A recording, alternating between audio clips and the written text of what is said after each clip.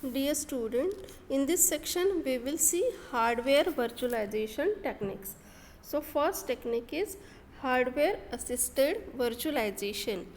So in this term refers to a scenario in which the hardware provides the architectural support for building a virtual machine manager. Virtual machine manager means hypervisor that is able to run the guest operating system in complete isolation.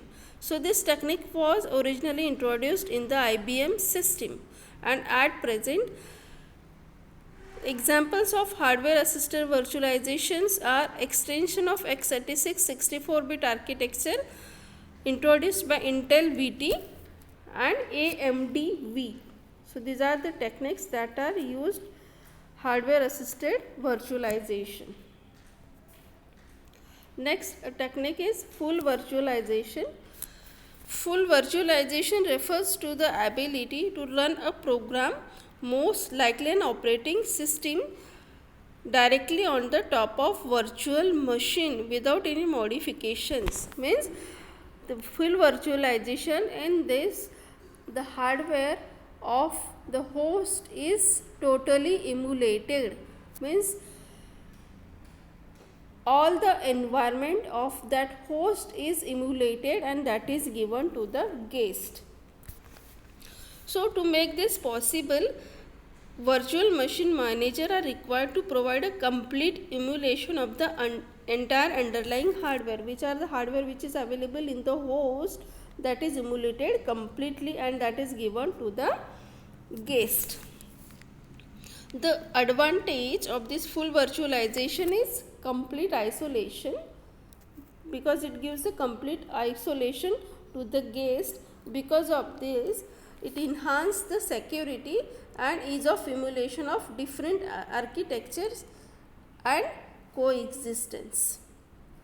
But the key challenge is the interception of privileged instructions. So this is about full virtualization. Next is para virtualization. So this is the new techniques and it provides the non-transparent virtualization solution that allows implementing a thin virtual machine manager. So here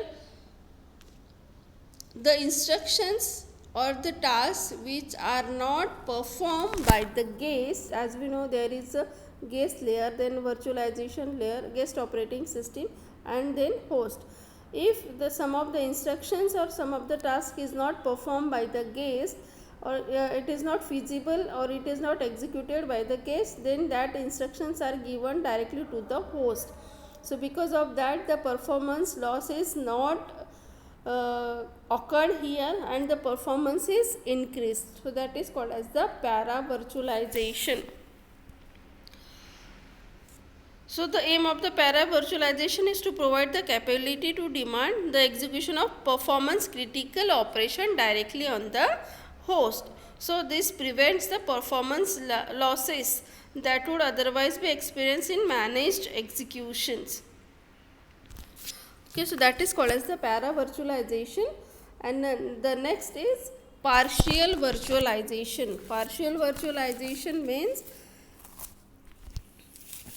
it provides the partial emulation of the underlying hardware. It provides a partial emulation, means some part of the hardware is emulated, not the total part of the hardware is emulated like in the full virtualization. So here the partial emulation, it provides the partial emulation of underlying hardware and it does not allow the complete execution of the guest operating system in complete isolation. In partial virtualization, many applications run transparently, but all the features are not supported of the host.